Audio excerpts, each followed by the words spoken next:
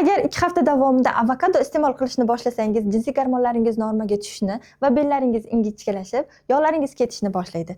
Agar 2 hafta davomida kurkuma iste'mol qiladigan bo'lsangiz, yallig'lanishdan butunlay xalos bo'lib, yuzlaringiz yorqinlashishni boshlaydi. Agar har kuni 2 hafta davomida chernika iste'mol qiladigan bo'lsangiz, yuzlaringiz tiniqlashishni, yosharishni, aknelardan xalos bo'lishni boshlaysiz.